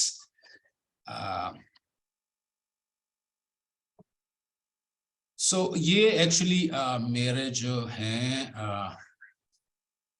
जो अब मैंने आप लोगों को बताया कि आफ्टर दिस कोविड जो लॉकआउट था उसमें जो मैंने फिर ये स्टार्ट किया। सो मोहम्मद हनीफ जो है वो हमारे दोस्त हैं, जो मेरे कुछ और भी NCA के थे, सदिक सावल, ये सारे इकट्ठे फिर काम भी करते रहे। मैंने सबसे पहले जो कार्टून्स बनाया था वो न्यूज़ लाइन के लिए बनाया था और हनीफ के कहने पे ही बनाया था when he was in Lahore.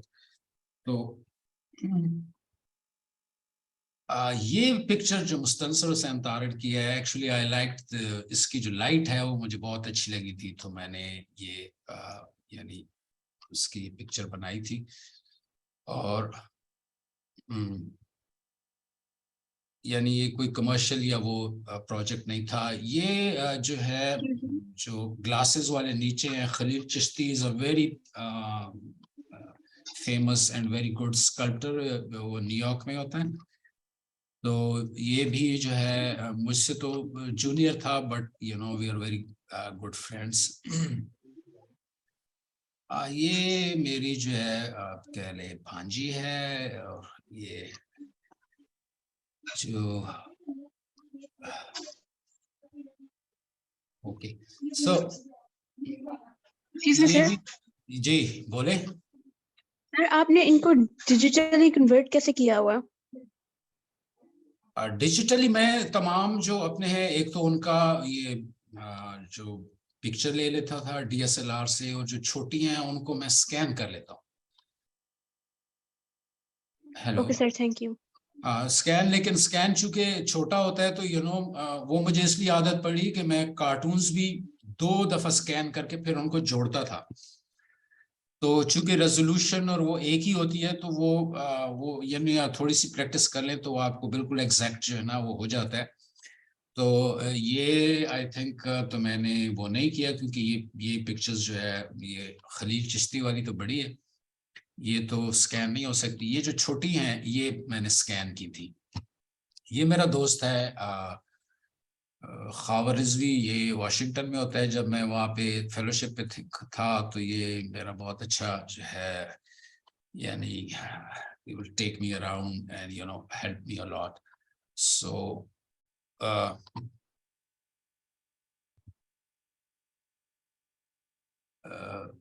next okay, ये और ज्यादातर मैंने जो सिटीस्केप्स ही बनाया, जैसे मैंने आपको बताया, बिकॉज मैं आर्किटेक्चर जो है चूंकि 3 साल पढ़ा, और मैं आर्किटेक्चरल पर्सपेक्टिव्स भी बनाता था। यानी आर्किटेक्ट्स जो है हमें वो प्लान और एलिवेशन दे देते थे और कहते थे कि उसका एक 3D वाटर कलर का जो है वो बनाए। जैसे बड़ी कमर्शियल बिल्डिंग्स होती थी तो उनके फिर पहले आर्टिस्ट जो है वो कलर इसी तरह की वो बनाते थे, जिन्हें हम पर्सपेक्टिव्स कहते थे।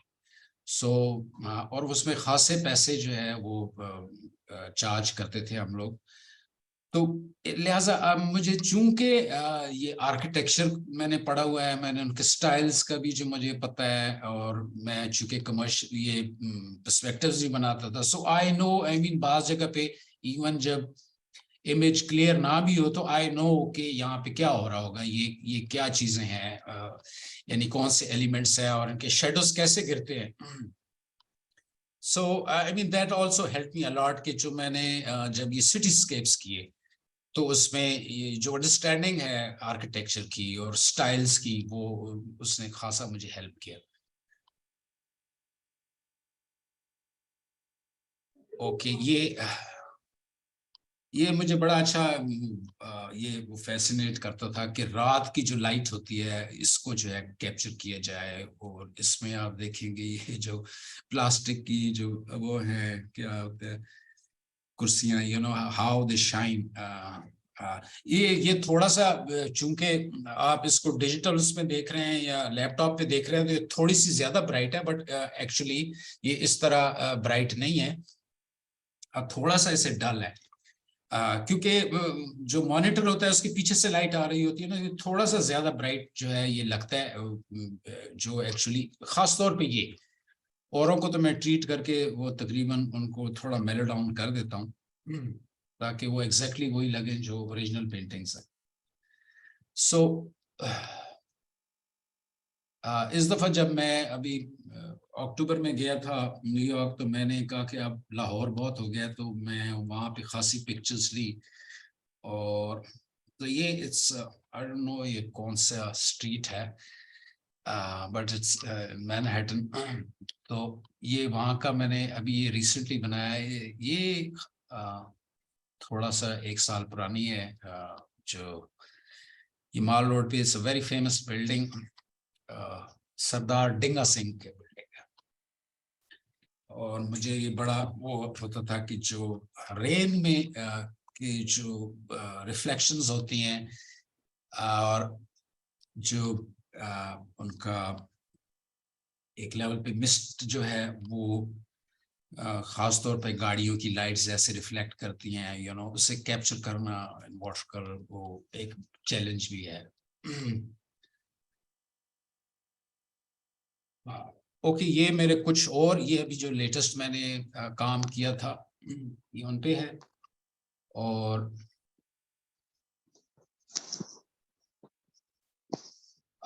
ये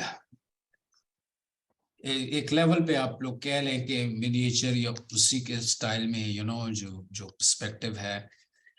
लेकिन इसमें भी अगर आप देखें तो आर्किटेक्चरल एलिमेंट्स हैं। और ये एक बेसिकली एक पोएट्री का एक पीस था जो मुझे बहुत इंस्पायर करता था कि यू नो ये जो सिटी की जो वॉल है, उसे क्या कहते हैं, वॉल जो सिटी है उसके अंदर फिर ये बाजार या जो माल रोड का जो है एक बिल्डिंग है, और उसके अंदर फिर ये मॉस्क या जो इंटीरियर होता है जो रॉयल जो वो है मॉस्क है। फिर उसके अंदर जो है ये बादशाही किले का जो है ये आप लोगों को पता होगा, यू नो। सो वो एक सोसाइटी का स्ट्रक्चर भी बताता है कि बाहर कौन लोग हैं, फिर उसके अंदर फिर कौन लोग हैं, फिर उसके अंदर यू नो ये हायरार्की का जो है बेसिकली मेरा आइडिया था। और ये पेंटिंग भी एक बड़ी मशहूर कहानी है राजा रसालू की। उसके बारे में मशहूर ये है कि वो जो एक राजा जो अपने उन पे बड़ा जुल्म भी करता है, तो वो हर लोगों को ये कहता था कि जो भी मुझे, ये एक पुरानी लूडो की तरह गेम थी जिसे चौसर कहते हैं, तो इसमें जो मुझे शिकस्त दे देगा तो मैं अपनी बेटी की उससे शादी भी कर लूंगा। और ये जो नहीं शिकस्त देते थे तो वो उनको मरवा देता था। ये नो ये हर जगह पे ये एक आइडिया एक रेकरेंट एक थीम है कि जो राजा है या बादशाह है वो कभी अलाउ नहीं करता कि कोई उसे सक्सीड करे। तो एक्चुअली साइज जी इस जो ये जो बड़ी ये वाले लेफ्ट पे जो पेंटिंग है जो सिटी की है, ये एक्चुअली 20x30 की शीट पे, जबकि राइट पे राजा रसालू वाली ये हाफ शीट है, यानी इट्स 15x20। सर ये लेफ्ट पिक्चर में एलिगेटर क्यों है? ये 20x30 की शीट है। ये एलिगेटर जो है ये एलिगेटर ये इसे घड़ियाल कहते हैं। ये खास तौर पे सिर्फ इंडिया में पाया जाता है। पाकिस्तान और इंडिया में जो है ये होता है, इसे घड़ियाल कहते हैं। इसकी पॉइंटेड एक जो है वो होता है, मुंह होता है।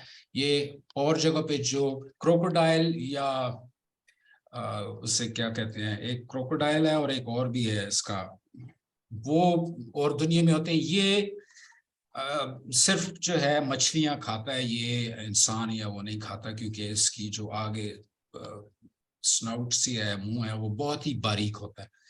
सो ये यू नो ये मैं ऐसे सिंबल यूज करता हूँ इस इलाके का, रावी का या लोकल उसका।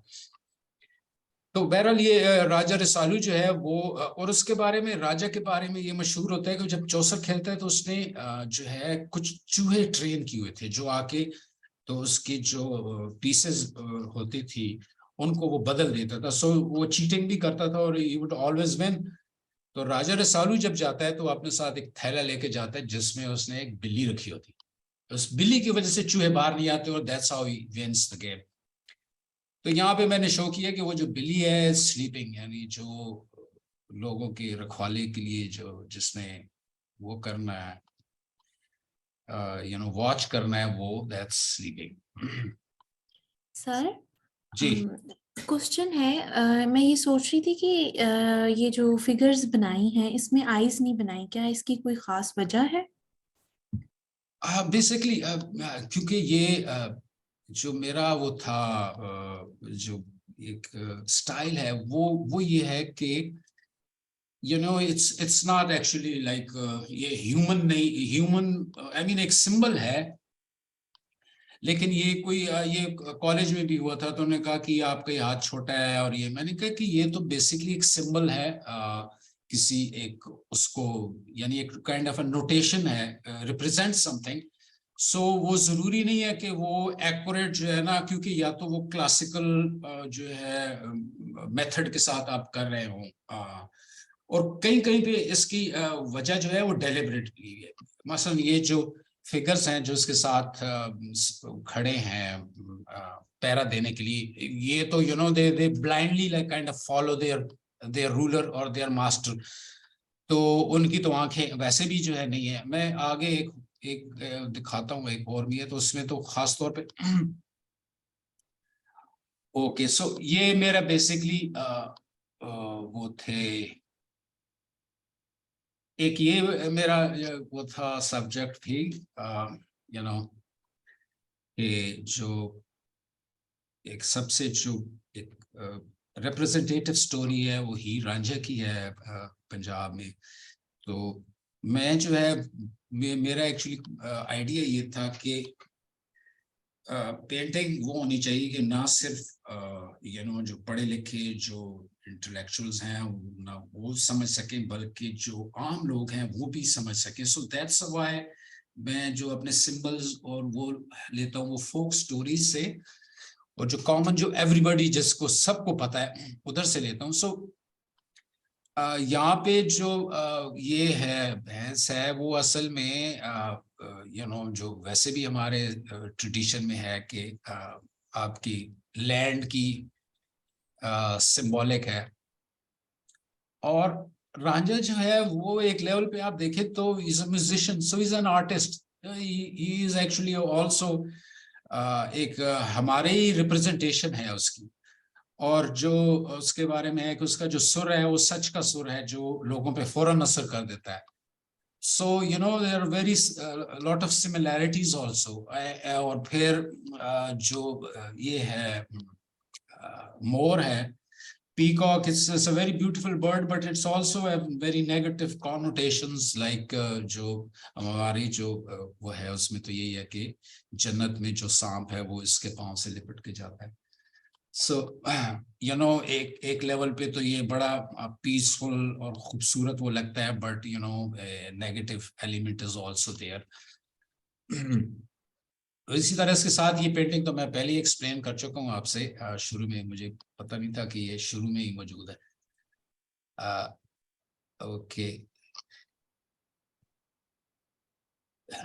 ये एक जैसे आप लोगों ने देखा होगा ट्रिप्टिच का 3 पेंटिंग्स में। अच्छा, बाय द वे सारे जो है ये वाटर कलर्स हैं, और जो अभी मैंने जो सिटीस्केप्स और पोर्ट्रेट्स किए हैं वो अभी मेरा रीसेंट वर्क है। और आई थिंक इस पेंटिंग में मुझे कोई 10 साल लिए, I tried so many times but this one I think I got it right. तो ये जो है एक सूफी शायर है, उनका नाम है कादिर यार। तो ये उसकी जो है उसका एक है किस्सा पूरन भगत, उस पे है basically. It's very similar to जो है हजरत यूसुफ अलैहिस्सलाम की जो कहानी है कि वो जो खातून उन पे जो है वो करती है, फॉल से इल्जाम लगाती हैं, but it has a very good एक इसमें जो खूबसूरत मुझे लगती है कि वो कहते हैं कि ये जब पूरन जो है अपने पैदा होता है तो नजूमी उसे कहते हैं जो यहाँ बैठे हुए हैं कि ये जो है ना आपके इक़्तिदार के लिए इसको आप 12 साल इसकी शक्ल ना देखें। से जब ये बाहर आता है तो ये उसको बाप जो है ना वो एक नीचे जेल में या डंजन में उसे 12 साल जो है वो रखता है, जहाँ पे वो ट्रेनिंग होती है, घुड़सवारी है वो सारा।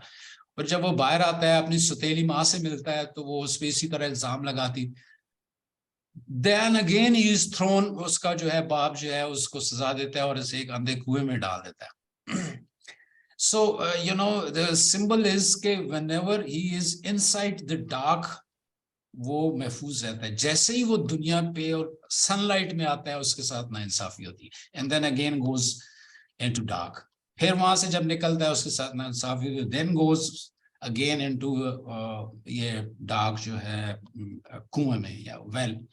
और फिर उसे कहानी है, गोरखनाथ जो है एक फकीर होता है वो उसे निकालता है, और इसमें भी वो एक धागे से जो एक कुंवारी लड़की के हाथ के कते हुए धागे से निकालता है। तो ये, और यहाँ पे उसकी पोएट्री के जो है ना कुछ एक्सर्प्ट्स भी मैंने लगाया। So first time I was trying to use images also in paintings. I think हमारा टाइम भी हो गया, but okay, I think that's it. So okay, so कोई अगर आप लोगों के सवाल जो आप कोई हैं तो आप लोग अभी पूछ सकते हैं, and then I think tomorrow we'll start from some basic concepts about drawing, and then you know the watercolor। और second day जो है वो एक पूरा दिन ही में फिर बल्कि कल ही से डेमोन्स्ट्रेशन स्टार्ट कर देंगे, और जो थर्ड डे होगा उसमें उसे कंप्लीट करके then we will have a question answer. So any questions right now? Sir हम पेंटिंग आपके साथ करेंगे जैसे जैसे आप कराते हाँ, जाएंगे? वो अगर आप ये करना चाहें तो दैट्स वेरी गुड, कि जैसे मैं करता जाता हूँ वहाँ, क्योंकि आप लोग चाहे 100 जो है ना वो ये इसे क्या कहते हैं वीडियोस देख लें, अनलेस आप उसको प्रैक्टिस नहीं करेंगे आपको बहुत सारे इश्यूज हैं। आई मीन कल मैं कुछ जैसे कुछ बेसिक जो इसके वाटर कलर के वॉशेस हैं वो करूँगा, और लेकिन जब आप देखेंगे जब आप खुद करेंगे तो आपको इस वक्त तो करते हुए तो लगेगा वो अच्छा दैट्स वेरी इजी, लेकिन जब आप करेंगे तो आपको फिर रियलाइज होगा कि you know there is issue of brushes, there is issue of papers, there is issue of colours, different colours behave differently, different brushes behave differently, different papers behave differently, pasted sheet जो है behave अलग करती है, paste ना हो तो अलग उसका बिहेवियर होता है। सो अगर आप लोग साथ ही ये करेंगे तो आई थिंक कि आपको बहुत सारी चीजें एक तो समझ आ जाएंगी, और then you can ask question. So I would prefer कि आप लोग साथ ही उसको प्रैक्टिस भी करें। सर ये पेंटिंग जो आप अभी कराएंगे, is this going to be water colour का आपका एक प्रेजेंटेशन होगी, या फिर this is going to be a background for the जो आगे म्यूरल करना है उसकी भी इंफॉर्मेशन कुछ आप उसी के थ्रू देना चाह रहे हैं? नो, वो मैं इसके बाद करूंगा जब इसमें हम ये कर लेंगे, एंड देन वील हैव, मुझे पता है बहुत सारे दे आर वेरी गुड जिनका काम है, कुछ तो ग्रेजुएट्स भी हैं आर्ट कॉलेजेस से, तो वो that's a totally different, but there were 2 actually events, so हमने उसको कंबाइन इस तरह किया है कि चले इन्हीं में से हम जो है 4-5 जो है वो सेलेक्ट कर लेंगे, या दोज वर विलिंग, तो फिर हमारे साथ म्यूरल भी करेंगे।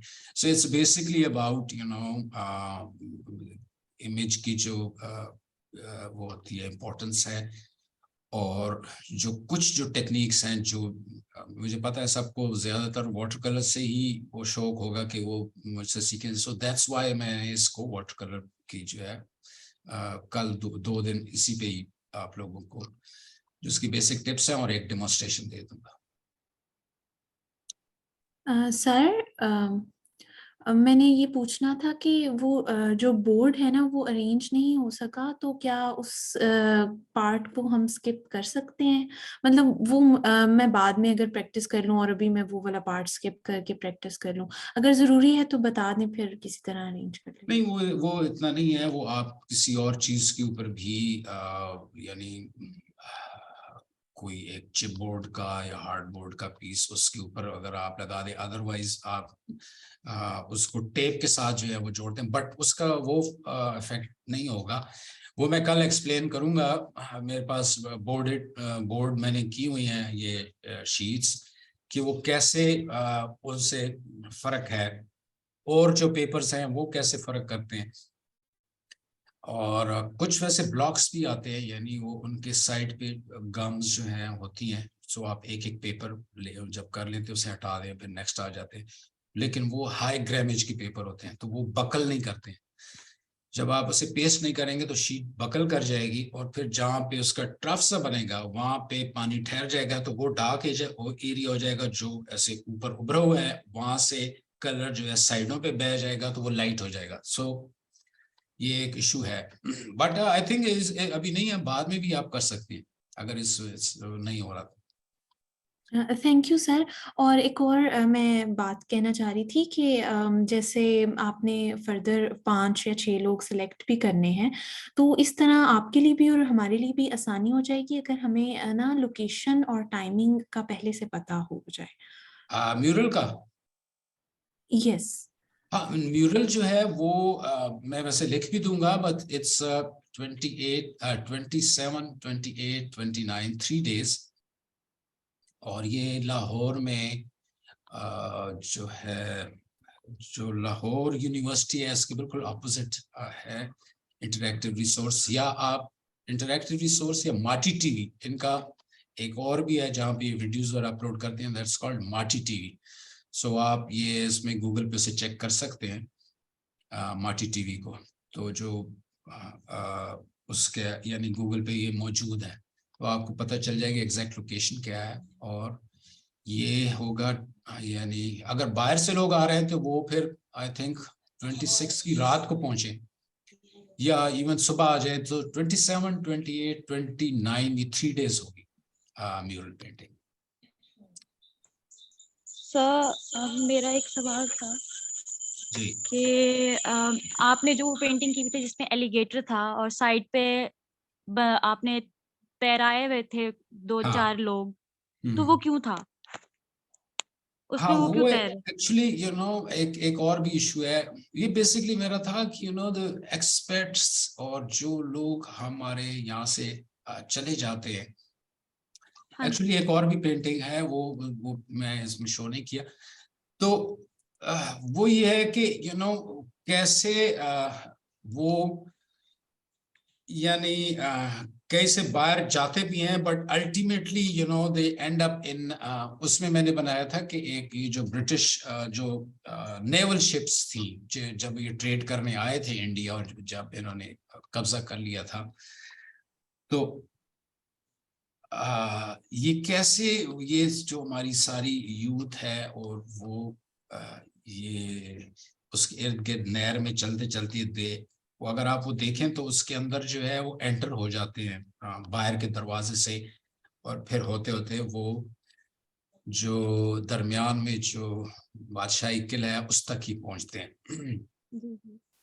और फिर मैंने उसमें पेंटिंग में यही था कि बेसिकली एक उसके अंदर एक वो है उसे क्या कहते थे, गैलियन शिप्स जो है बेसिकली जो ट्रेडिंग शिप्स थी ब्रिटिशर्स की, उसमें पहुंचते हैं और फिर वहां से ये बाहर जाते हैं।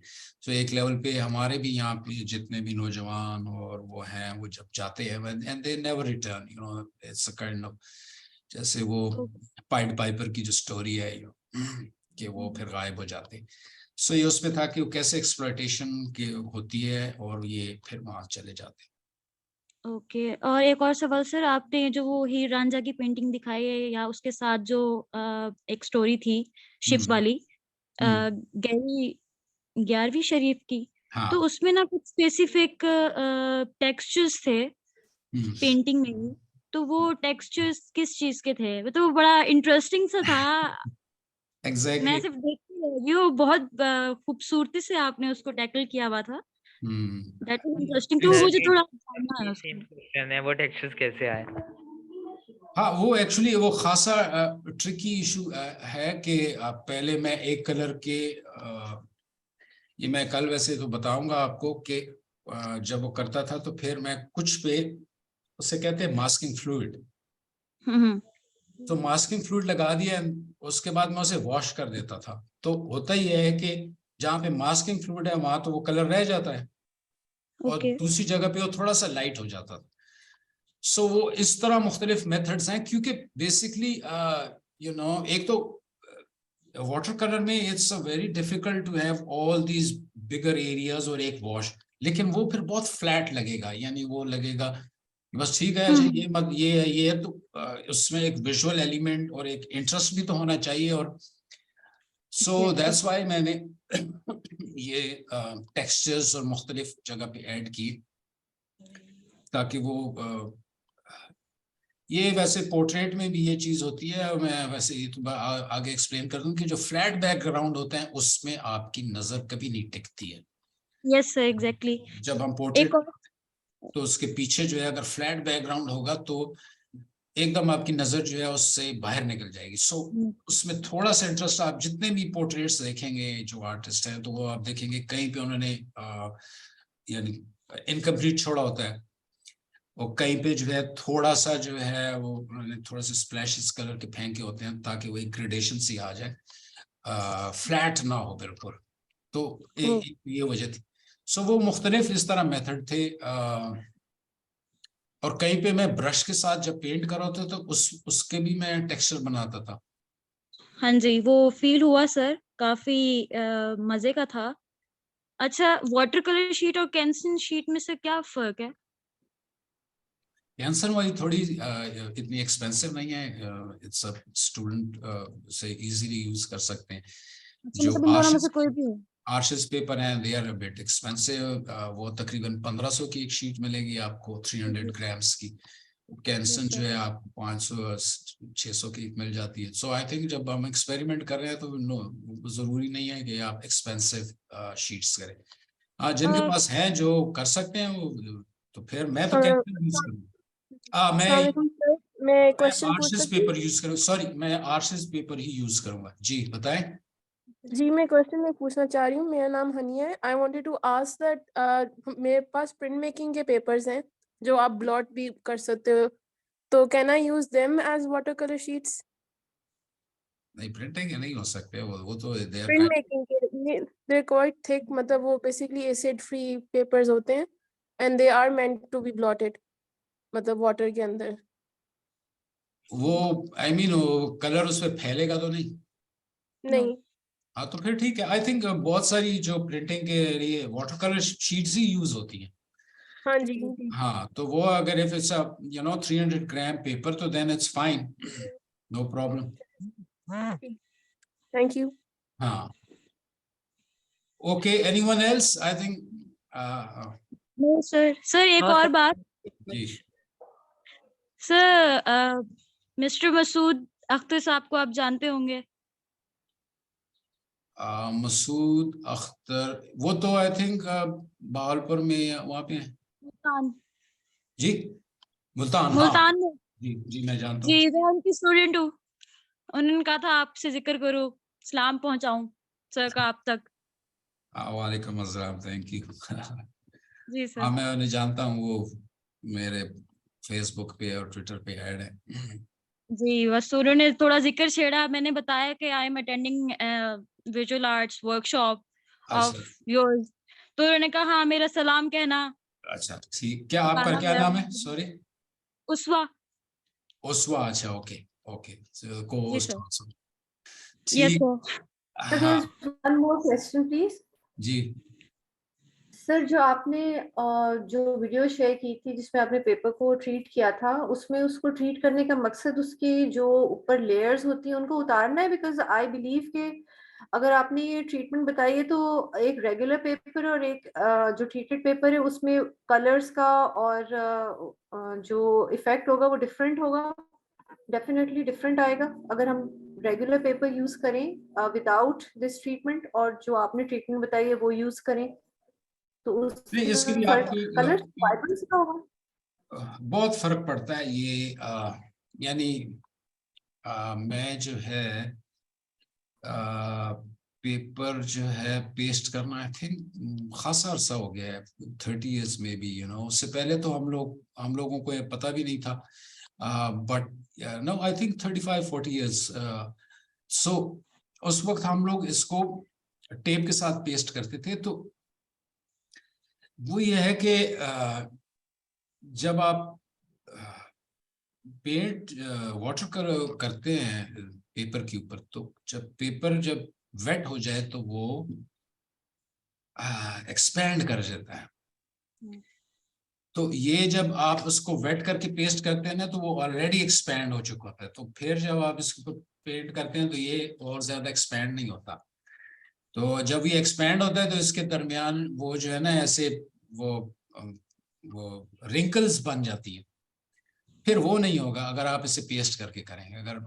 अगर आपके पास, वो मैं कल वैसे आपको दिखाऊंगा, कुछ पेपर्स हैं वो मेरे पास जो बहुत थिक पेपर्स हैं, तो उनको पेस्ट करने की भी जरूरत नहीं, उनको आप सीधा रखें और उन पे पेंट कर दें। But they are very expensive. और जो आप लोग एक खास वो जब आ जाए, यानी कमांड आ जाए, तो then you can use those papers. Okay sir, thank you. Okay, I think I will see you tomorrow. आज खासी वो हो गई है, 7:40 हो गए हैं, तो Yes, sir. Thank you so much for all of this. ओके, टेक केयर जी, खुदा हाफिज। अल्लाह हाफिज सर। Allah Hafiz. खुदा हाफिज।